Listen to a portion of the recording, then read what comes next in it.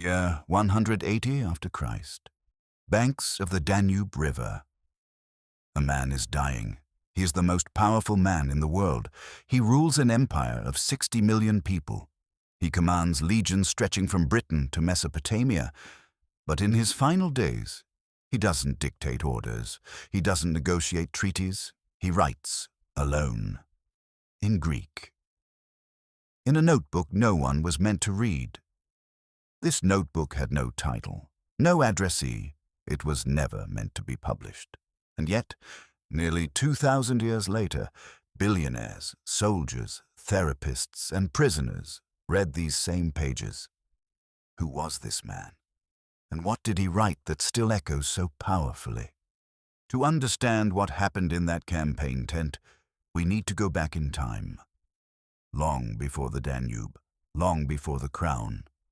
We're in the 2nd century of the Common Era. Rome isn't just a city, it's the center of the world.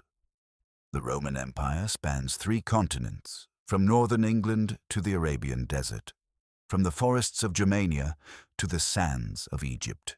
It is the largest political structure humanity has ever built. And at the top of this structure, there exists a position, a single man, the emperor. But pay attention, being emperor of Rome isn't like being a king. There's no sacred bloodline, no automatic divine right. The Roman throne is seized through war, through assassination, through strategic adoption, through military coup. In the 100 years before our protagonist, Rome saw emperors assassinated by their own guards. It saw bloody successions. It saw madness in power, Caligula, Nero, Domitian. The most powerful position in the world was also the most dangerous, and there was a philosophical problem embedded in this reality. The thinkers of the time already knew absolute power corrupts, infinite wealth numbs, constant flattery deforms character.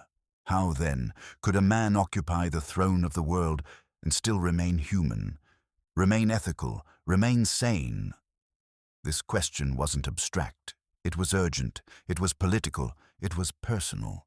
And it was precisely in this context, in this cauldron of power, violence, and temptation, that the child who would become the philosopher emperor was born. But he wasn't born an emperor. He was born into a wealthy family, yes, patrician, well-connected, but not imperial.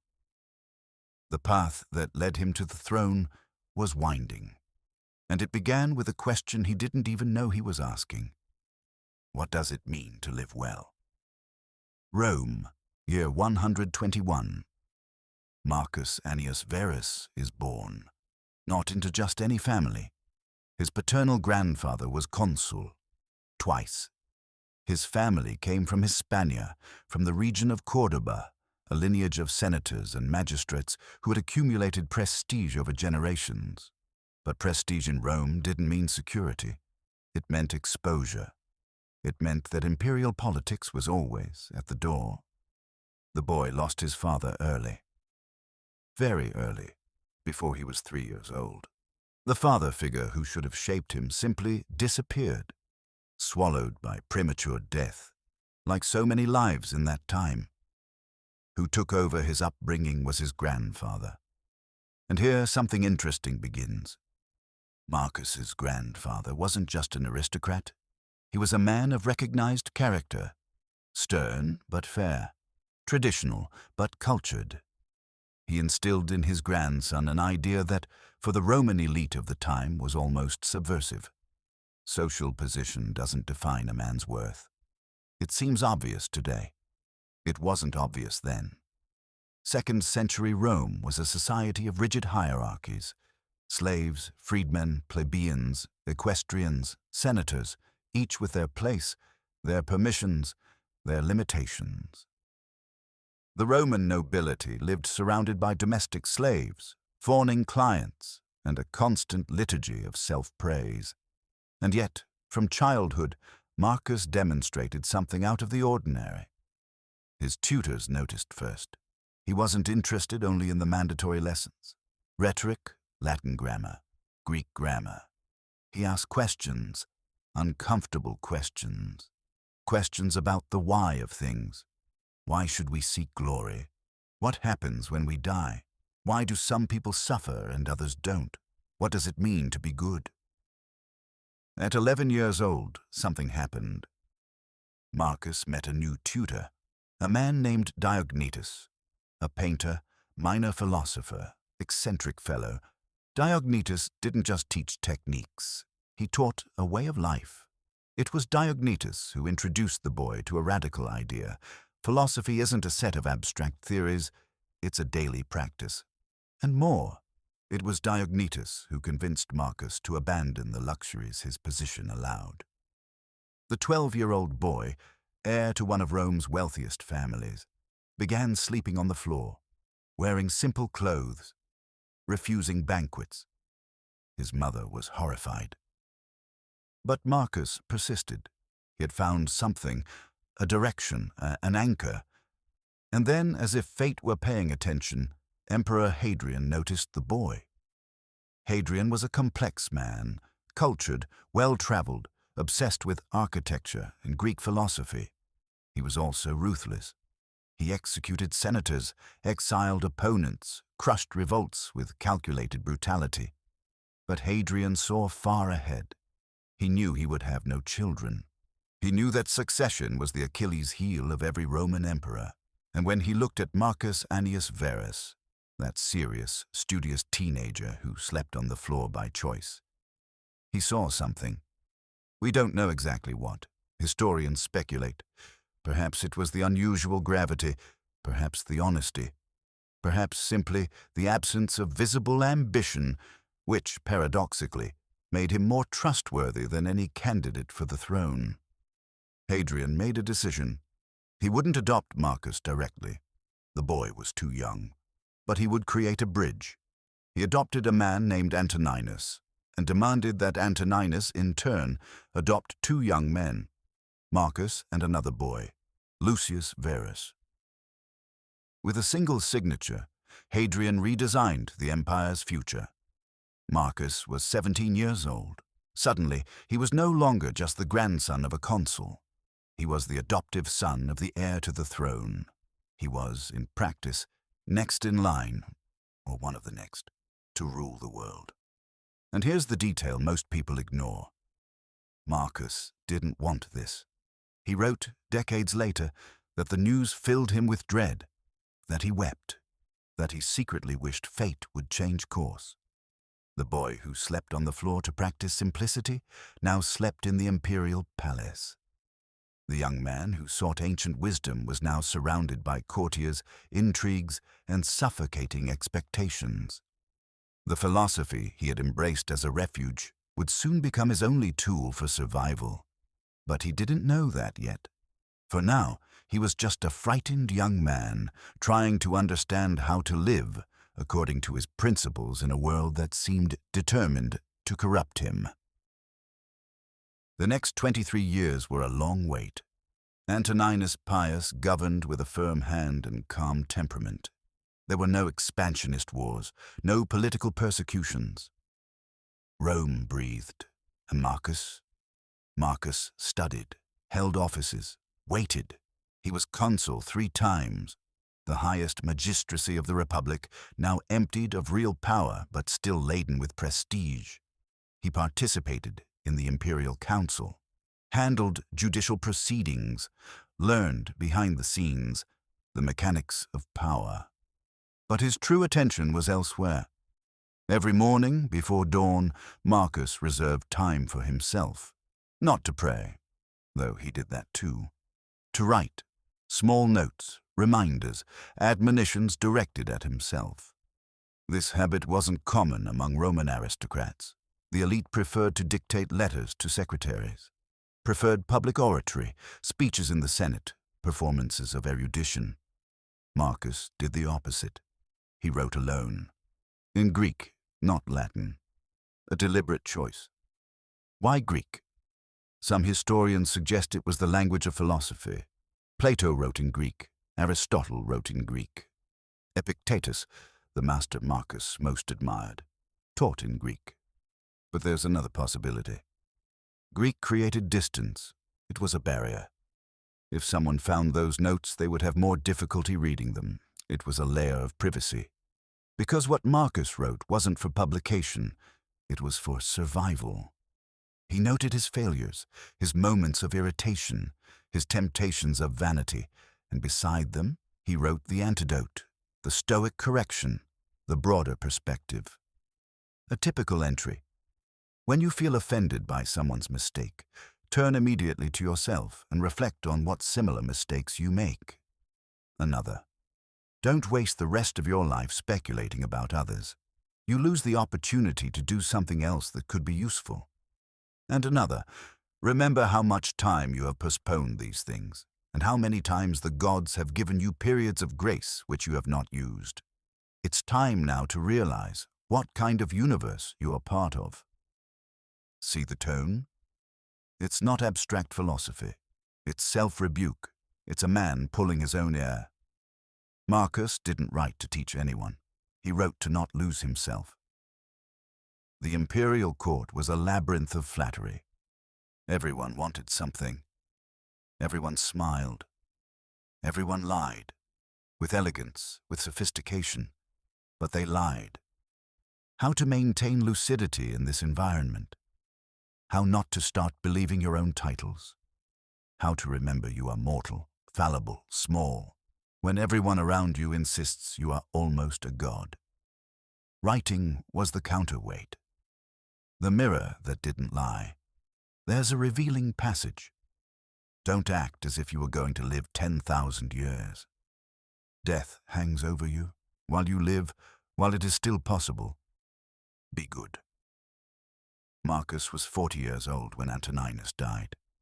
40 years of preparation, 40 years of study, 40 years writing to himself, and then, in March 161, the weight arrived. Antoninus, on his deathbed, pronounced a last word to the guard officer, the password of the day, the password every emperor gave to the troops. The word was aequanimitas, equanimity, serenity in the face of what cannot be controlled. It was a message for Marcus, a final reminder. The young philosopher was now the most powerful man in the world, and the first thing he did, before any decree, any appointment, was to open his notebook. Fate didn't wait. In the same year Marcus assumed the throne, the Tiber River overflowed. Rome flooded, harvests rotted, famine spread. And in the east, the Parthian Empire attacked. Roman legions were massacred in Syria. The eastern frontier, which Antoninus had kept stable for decades, collapsed. Marcus had never commanded an army, had never seen battle blood. He was a man of books, but he had no choice. He sent Lucius Verus to the front with the best generals. The war lasted 5 years. Rome won, technically. But the soldiers returned carrying something invisible, a disease, high fever, skin eruptions, death in days. The Antonine plague swept the empire. It killed between 5 and 10 million people. Entire cities disappeared, and Marcus lost children. Of the 13 Faustina gave him, only 5 reached adulthood. The others, one by one, were taken by the plague, by common diseases, by the brutal statistics of ancient infant mortality. A father burying his children. Repeatedly. What does a man do in the face of that? Marcus opened his notebook. It was during this period, between funerals and battles, between military dispatches and sleepless nights, that the meditations gained density. The text doesn't follow chronological order. It has no thematic chapters.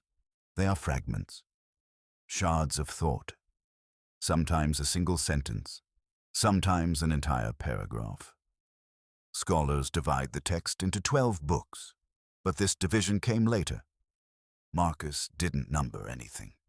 He wrote when he could, where he could, in campaign tents on the banks of the Danube, in provisional palaces in besieged cities, on freezing nights by candlelight while the plague killed outside. What did he write? 3 themes appear obsessively: death, Marcus didn't avoid the subject. He ran toward it. Think of all the doctors who frowned over their sick patients, now dead. Think of the astrologers who predicted others' deaths as if it were a great thing, now dead. Think of the philosophers who discoursed infinitely about death and immortality, now dead. And more. Alexander the Great and his mule driver were both taken to the same place by death, and more. Soon you will have forgotten everything. Soon everyone will have forgotten you. Why this insistence? Why return to death so many times? Because Marcus was surrounded by it, literally, and because Stoic philosophy taught that meditating on death wasn't morbid, it was liberating. If you accept that you're going to die, truly accept it, then you stop postponing, you stop worrying about trivialities, you stop wasting time on vanities. Death, for Marcus, was a reminder of urgency, insignificance. This theme may seem strange, the most powerful man in the world writing about his own irrelevance, but that's exactly what it was. Asia and Europe are corners of the universe. The entire ocean is a drop in the universe. Mount Athos is a clod of earth. All present time is a point in eternity. And observe the stars and see yourself running with them. And in one of the most famous passages, in a little while you will be nobody and nowhere, just like Hadrian and Augustus. Marcus used Stoic cosmology, the idea of a vast, eternal, indifferent universe, as a therapeutic tool. If you are small, your pains are also small. If your life is an instant, your humiliations are also instants. This wasn't resignation, it was proportion, inner control. This is the heart of the Meditations, the theme that appears on almost every page. You have power over your mind, not over external events. Realize this and you will find strength. And if you are distressed by something external, the pain is not due to the thing itself, but to your estimate of it. And this you have the power to revoke at any moment. And choose not to be harmed, and you won't feel harmed. Don't feel harmed, and you haven't been. Here is the central paradox of Stoicism and of Marcus's life. He ruled an empire, commanded legions. His word was law. And at the same time, he wrote that almost nothing was in his control. He didn't control the plague. He didn't control the barbarian invasions. He didn't control the death of his children. What did he control? His judgments, his reactions, his opinions. It was little, and it was everything. There's an entry that reveals the cost of this practice. At dawn, when you have trouble getting out of bed, tell yourself, I have to go to work, as a human being. Why am I complaining if I'm going to do what I was born for? Read it again. The Emperor of Rome, the most powerful man in the world, woke up without the will to get up, and he wrote about it, honestly, without filter. This is extraordinary, because it demolishes the fantasy of the unshakable sage. Marcus wasn't a serene monk floating above circumstances. He was an exhausted, grieving, overburdened man who needed to convince himself every morning to continue. The diary doesn't record victories. It records the struggle, the daily effort not to collapse. In 169, Lucius Verus died. Marcus was alone on the throne. In 175, his most trusted general, Avidius Cassius, rebelled, declared himself emperor. Marcus had to march against a man he admired. The rebellion ended before battle. Cassius was assassinated by his own soldiers, but Marcus saw the body and forbade any retaliation against the traitor's family. He wrote, "The best kind of revenge is not to be like your enemy." In 176, Faustina died, his wife of 30 years, the mother of his children. Rumors about her had circulated for decades. They said she was unfaithful, that she had lovers among gladiators. Marcus knew the rumors. He never responded publicly, but in his diary, He wrote about her with tenderness, so obedient, so affectionate, so simple. And in the same book, there is nothing so capable of producing greatness of spirit as the ability to examine with method and truth everything we encounter in life. He chose what to think about his wife. He chose the interpretation that allowed him to continue loving. This is applied stoicism, not theory, practice. The last years were spent on the Danube, fighting against Germanic tribes that never stopped attacking. Marcus was sick, probably with the same plague that was killing his soldiers, but he kept writing. One of the last entries: "The art of living is more like wrestling than dancing. We must be ready and firm to face sudden and unexpected blows." Sudden blows. Marcus Aurelius's entire life was training to receive blows, and the diary was the record of that struggle. Not a victory trophy, but a manual of resistance. In March 180, on the frozen banks of the Danube, the philosopher emperor closed his eyes, but the notebook remained. Marcus Aurelius died on March 17, 180. He was 58 years old. The exact cause remains debated. Some historians point to the plague, which was still circulating through the empire. Others suggest exhaustion. 19 years of wars, crises, and personal losses had taken their toll. His body was taken to Rome, cremated with divine honors. The Senate declared him divus, a god. Statues were erected, coins minted with his face. But what happened afterward reveals something important. The throne passed to his son, Commodus. Here is the great irony, perhaps the great tragedy, of Marcus Aurelius's life. The philosopher-emperor, who spent decades studying virtue, mental discipline, and emotional control, left the empire in the hands of a man who was exactly the opposite. Commodus wasn't interested in philosophy. He wasn't interested in government. He was interested in games, in gladiators, in his own image. He abandoned the Danube campaign, those for which his father had given his health and life.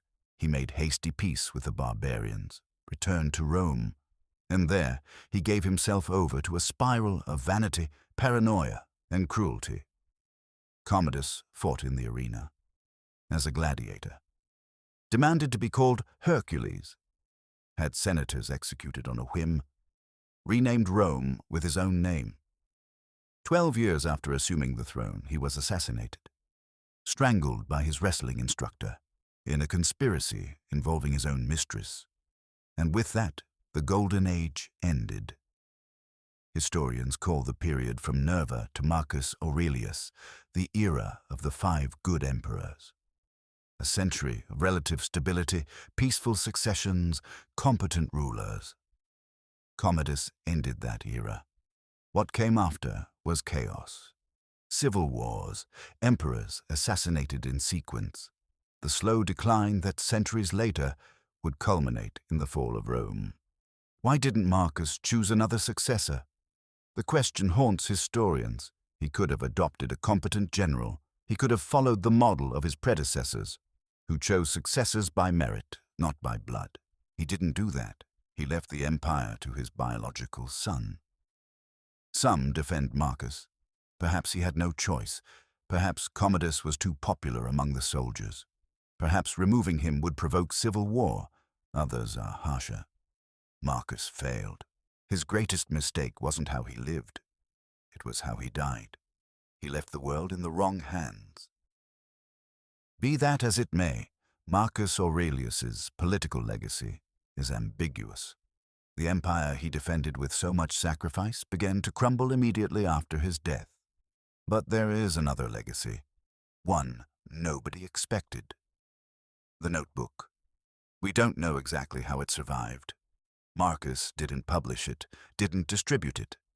It was a private text, written in Greek, not Latin, perhaps precisely to make it harder for Roman courtiers to read. Someone preserved it. A secretary, perhaps. A son. An anonymous archivist. The text circulated in handwritten copies during late antiquity. Neoplatonic philosophers cited it. Christian monks copied it, even though it was a pagan text. In the Middle Ages, it almost disappeared. It survived by a thread in a few manuscripts kept in Byzantine libraries. And then, in the Renaissance, it was rediscovered. The first printed edition came out in 1559. And something strange happened. The text resonated. Readers from completely different centuries, separated from Marcus by 1400 years, found in those pages something recognizable, something urgent, something that seemed to speak directly to them. Why? Because Marcus didn't write about Rome. He didn't write about imperial politics or military tactics. He wrote about the human condition, about the fear of death, about the difficulty of controlling anger, about the temptation to blame others, about the daily struggle to be a decent person in a world that doesn't cooperate. These problems haven't changed. Technology has changed. Societies have changed. But the internal experience of being human, the anxiety, the frustration, the search for meaning, remains strangely constant. And that's what Marcus captured, unintentionally, without planning. An emperor writing to himself, trying not to go insane, ended up producing one of the most honest portraits of the inner struggle ever written. The notebook should have disappeared. Think about it. A private text, written in Greek by a Roman emperor, no title, no addressee, stored who knows where, perhaps in a campaign chest, perhaps in a palace trunk. Rome collapsed. Barbarian invasions, civil wars, fires, looting, entire libraries turned to ash. But someone preserved that notebook. We don't know who. A loyal secretary, a son, an anonymous archivist who recognized value in those pages? The text survived in handwritten copies, passed from hand to hand for centuries. Christian monks, who should have despised pagan philosophy, copied it in monasteries. Why? Perhaps because Marcus's words didn't sound like paganism. They sounded like truth. In the Middle Ages, the text almost vanished. Few manuscripts remained hidden in Byzantine libraries. And then, in the Renaissance, it was rediscovered. The first printed edition came out in 1559, and something strange happened. Readers from a completely different world, separated from Marcus by almost 1500 years, opened those pages and thought, "This was written for me." The phenomenon repeated itself, century after century. Frederick the Great of Prussia read the Meditations before battles. John Stuart Mill, the English philosopher, said the text helped him overcome a deep depressive crisis. Theodore Roosevelt carried a copy on expeditions. Nelson Mandela, in Robben Island prison, found solace in Stoicism. Although he didn't have direct access to Marcus, he read authors who cited him. And in the 21st century, the explosion. Silicon Valley adopted the Meditations as bedside reading. Tim Ferriss, best-selling author on productivity, declared, "It's the book I gift most often." Jack Dorsey, founder of Twitter, cited Marcus in interviews. Navy SEALs study Stoicism as part of mental training. The idea of dichotomy of control, separating what you can change from what you cannot, became a tactical tool. Therapists recommend the Meditations for patients with anxiety. Cognitive behavioral therapy, one of the most scientifically validated approaches, has direct roots in Stoicism. Albert Ellis, one of its founders, admitted the debt, and in American prisons, the book circulates from cell to cell. Men locked in solitary, with control over almost nothing, find in those pages an idea that keeps them sane. You still control your mind. Why this specific text? After all other Stoics wrote, Seneca left dozens of elegant letters. Epictetus was transcribed in didactic discourses. But Marcus did something different, something none of them did. He showed the struggle. Seneca writes as a teacher. Epictetus speaks as a master. There's authority in their words. polished wisdom ready for consumption. Marcus writes as a student, as someone who hasn't learned yet, who needs to repeat the same lesson multiple times because he keeps forgetting. How many times will you fail before you get it right? He asks himself, not the reader. And this vulnerability resonates, because most of us don't feel wise, don't feel like masters of anything, feel exactly like Marcus, waking up without the will to get up, losing patience with difficult people, postponing what should be done. The diary doesn't offer perfection. It offers company. There's another reason for its contemporary relevance. We live in an era of infinite stimulation. Notifications, social media, real-time news. Every minute brings a new urgency, a new outrage, a new distraction. The Stoics had a name for this: fantasiae, impressions, the constant bombardments that hit the mind and demand reaction. The Stoic practice was to examine each impression before reacting, to ask, is this in my control? Does this deserve my energy? Is this true? Or does it just seem true? Marcus wrote, tell yourself nothing more than what the first impressions report. You heard that someone spoke badly of you. That's what you heard. You didn't hear that you were harmed. Read it again. The information arrives. Someone spoke badly of you. The automatic interpretation, you were harmed, offended, diminished. Marcus suggests a pause, a separation between fact and judgment. This is essentially what psychologists today call cognitive diffusion, the ability to observe a thought without being dragged by it. A 2nd century Roman emperor described, in different language, techniques that would be discovered by psychology 2,000 years later. But perhaps the deepest connection is another. Marcus wrote about loneliness, not physical loneliness. He was always surrounded by generals, advisors, courtiers. Existential loneliness, the perception that in the end, each person faces their own mind alone. Nowhere can man find a quieter or more untroubled retreat than in his own soul. And dig within yourself. There lies the fountain of good, and it can keep bubbling up if you keep digging. The diary was that retreat, that inner space, that refuge.